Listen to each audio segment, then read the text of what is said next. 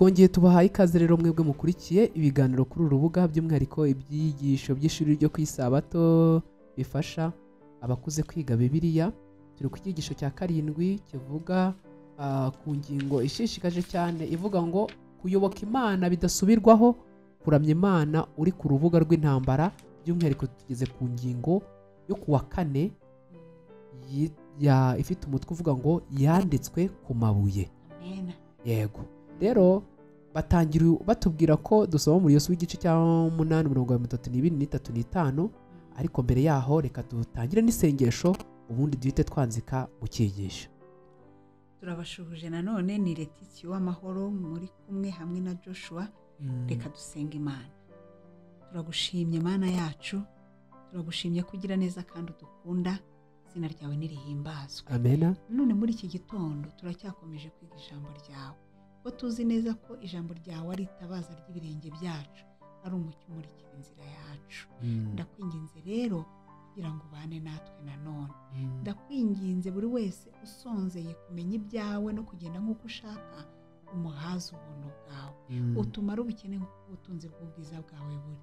Duhaze mwuka wawe wera, ibi bihe by'urugamba rukomeye kandi rusatira iherezo, utubere ingabo idukingira mu izina rya Yesu. Amen. Amen. Yego.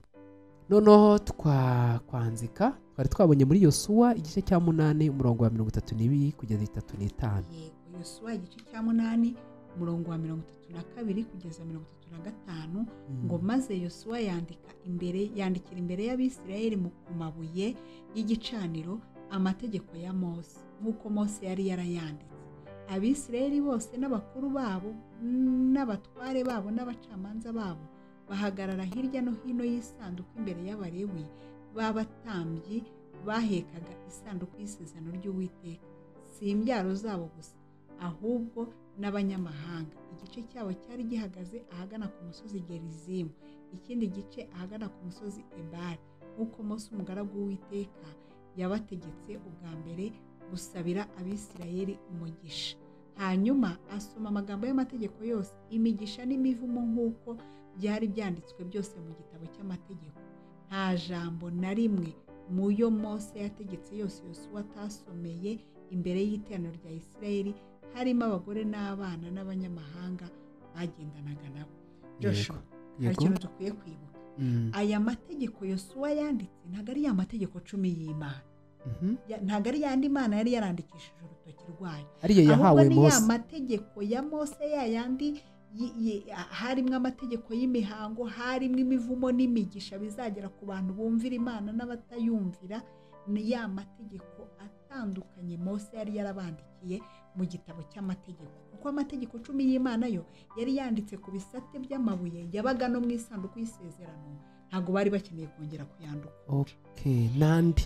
Yego, ni ya mategeko yandi yose amwe tubona mu gitabo cyo Kuva, Abalewi, Kubara, ayo yose. Ngo umusozi Ebali uvugwa gusa mu gitabo cyo Gutegeka kwa 2:11-29, no mu gice cya 27:4-13, no mu gitabo cya Yosuwa igice cya 8:30-33, ahateganye na Gerizimu, n'ahantu imigisha n'imivumo yo mu isezerano yagombaga kuvugirwa. Iyi misozi yombi, umwe wari Ebali undi wari Gerizimu, yaturirwagaho imigisha n'imivumo bizajya bigera ku bwoko bw'Imana. Ngo mu buryo burushijeho gusobanuka dukurikije ibyanditswe mu Gutegeka kwa 2:11-29 no mu Gutegeka kwa 2:27-4-13, hagombaga kuba ahantu h'imivumo kuri Ebali.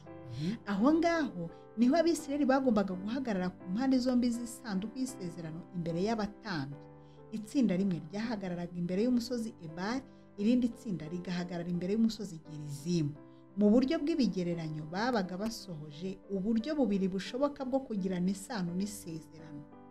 Urumva ngo ibitambo byazanwaga aho hantu byerekanaga Yesu wishyizeho imivumo yose iri mu isezerano, kugira ngo abazizera bose bashobore kwishimira imigisha yaryo. Yego. Amen. Babyumvise, bamwe bahagaze kuri Ebali, abandi bahagaze Gerizimu. Bishushanya iki? Byanga bikunda hazaboneka abazumvira n'abatazumvira, ariko Kristo arimo hagati nk'umuhuza w'isezerano, nk'uwishyizeho imivumo y'abanyabyaha abanyabyaha yakagombye kubageraho. Ku bw'ibyo uwizera wakabaye agerwaho n'imivumo akira ya mivumo ku bwa Kristo. Hano hari ikibazo ntitugisubize unakomeze ngo kuki byari ngombwa ko isezerano ryongera kwandikwa ku rwibutso rwagaragariraga buri wese. Mu Gutegeka kwa Kabiri reka basome 4:31 hanyuma tuze kumenya impamvu iri sezerano ryongeye kwandikwa. 4:31 haratubwira ngo kuko Uwiteka Imana yawe ari Imana y'inyebambe ntizakureka ntizakurimbura pe, ntizibagirwa isezerano yasezeranije indahiro na ba sekuruza wanyu. Amina. Ntizakureka pe. Kubibutsa ko Imana ikibafitiye isezerano itazigera ibareka, hato hatazagira uvuga ngo yarabyibagiwe. Urumva abo mu gisekuru gishya hari igihe bari kugira akito ko kuvuga ko wenda uzi ko hari n'abantu badakora ibintu ngo kubera ko abayobozi cyangwa abandi bantu bari kumwe batari kubikora kubibibutsa ngo batabibibutsa. Yego, bwari uburyo bwo kugira ngo hatagira mendezi cyangwa ikintu cyose gitangwa cy'uko batabibwiwe. Hari ikigeranyo bari bagiye batubwira cy'iyi misozi, hari uwitwa Ebali n'uwitwa Gerizimu ndabibona. By'umwihariko nagishatse kuvuga Ebali kuki iyi misozi yari ihari mu buhe buryo. Imana koko ibintu byabo biba bifite ubusobanuro. Narebe hamwe ese Ebali bisobanura iki.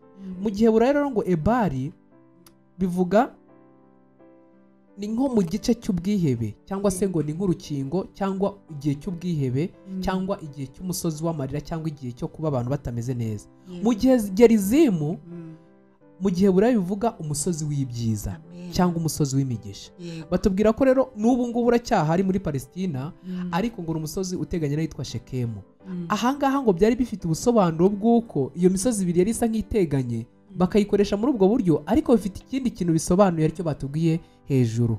Baratubwiye ngo twebwe abantu turangwa no kwibagirwa, dukomeza kurundanya ibyifuzo birimo urujijo byo mu buzima bwa buri munsi dushaka ko bikorwa mu mwanya muto. Ntitubura kwibagirwa ibintu bitisubiramo inshuro zingana cyangwa bifite uburemere.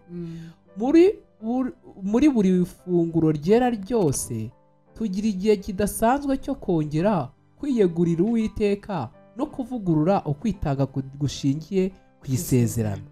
Byaba byiza kubona ubu buryo nk'amahirwe atari ayo kwiyegurira Imana ku muntu ku giti cye gusa, ahubwo ko ari n'uburyo bwo kuvugurura ukumvira Imana kwacu nk'itsinda rigari ry'abantu.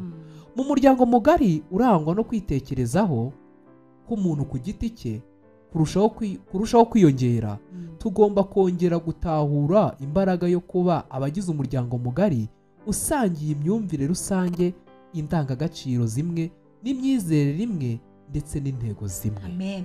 Bivuge nubwo twabonye ko dukeneye buri muntu kuvugurura isezerano rye n'Imana ye, buri muntu ku giti cye, ariko ntidukwiye no kwirengagiza igihe cyose tugomba guterana n'abo duhuje kwizera, n'abo duhuje imyizerere, n'abo duhuje indangagaciro, n'abo duhuje intego. Bivuge n'amateraniro rusange ni ingenzi. Nibyo byabindi Pawulo yavuze ko batagomba kwirengagiza guterana kwera ko wa munsi usatira. Ariko uzareba ukuntu abantu baba bashishikaje njya nkunda indirimbo z'ishuri ryo ku isabato cyangwa indirimbo zo ku isabato, ukabona abantu baririmbye bishimye, uzumve byagora ko utaha utumvisha umuntu kuvuga ngo isabato nziza, umunsi w'umunezero. Usanga abantu bamwenyura, abantu barongera agahura.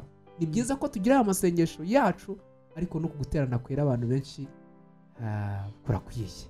Tugana ku musozo, umva ikibazo hano ngo mbese ubona ibikorwa bikoroheye ku ruhe rwego muri ubu buzima bw'urusaku na jugujugu? Mbese ubona bikoroheye ku ruhe rwego? Yego. Muri ubu buzima bw'urusaku na jugujugu kwibagirwa Uwiteka maze ugashaka gukora ibintu mu mbaraga n'ubushobozi bwawe. Biroroshye cyane. None akantu yongeyeho umwanditse jugujugu kuri iyi jugujugu shuguri. Kubera iki ibyo byoroshye kubikora, by'umwihariko igihe ibintu biri kukugendekera neza? nta kintu turi busubize. Reka abantu bari kwiga iyi ngingo komenti turazikeneye. burya hari igihe ibintu biba biri kugenda neza, ibintu biri ku murongo. Ubwo n'Abisirayeli byagendaga neza kuko bari bamaze kugera mu gihugu cy'isezerano. Uzi ko akenshi ariho abantu bagorwa no kubaha Imana. Ahubwo hari indirimbo y'umuhanzi nakundaga kera witwa Sahihi, sinzi n'umuzi, afite indirimbo ngo mukunzi wanjye unyitaho. Hari n'indirimbo rero yavugaga ngo iyo tugeze mu kaga niho twibuka. Ariko no mu bihe byiza burya uzi ko hari ukuntu abantu bagera mu bihe byiza bakumva ko ari byo byari bihari. Ikibazo rero buriya abantu baza kwandika muri komenti bakadusubiza bakatubwira ni ryari byoroshye kwibagirwa Imana? Ese ni mu gihe cy'amahoro cyane mu gihe cy'amakuba? Nuko nta gisubizo ariko bisa nk'ibyumvikana. Noneho se ni ryari abantu boroherwa no gusenga? Ese ni mu gihe cy'amahoro cyangwa ni mu gihe cy'amakuba? Baze kudusubiza. Urakoze cyane. Noneho kuri iyi ngingo rero kuwa kane yavugaga ngo yanditswe ku mabuye. Tubonye ko ari Yosuwa wabivuguruye arabinagura abashyira ku mabuye kugira ngo bibe nk'ibintu bitsitse abo mu gisekuru gishya bagombaga kureba bakanabyitaho. Kandi dusengere kugira ngo amategeko y'Imana ntiyandikwe ku mabuye gusa, yandikwe no ku mitima yacu. Amen. Reka dusenge. Uhoraho Nyagasani Mana idukunda, turagushimye. Tugushime ko wakomeje kubana natwe mu bihe bishize ndetse n'uyu munsi. Mu ngingo y'uyu munsi yatwerekaga kwandikwa ku mabuye. Ni inyandiko zitsitse zigaragaza uburyo Yosuwa yagaruye ishyanga rishya kugira ngo ryongere rikurikire inzira yawe. N'ubu natwe uratunagura mu buryo bwose, yaba gukoresha imbuga nkoranyambaga nk'izi, yaba ibyigisho bitambuka mu buryo bwisumbuye, ariko akenshi imitima yacu ibisa nk'aho iri kure.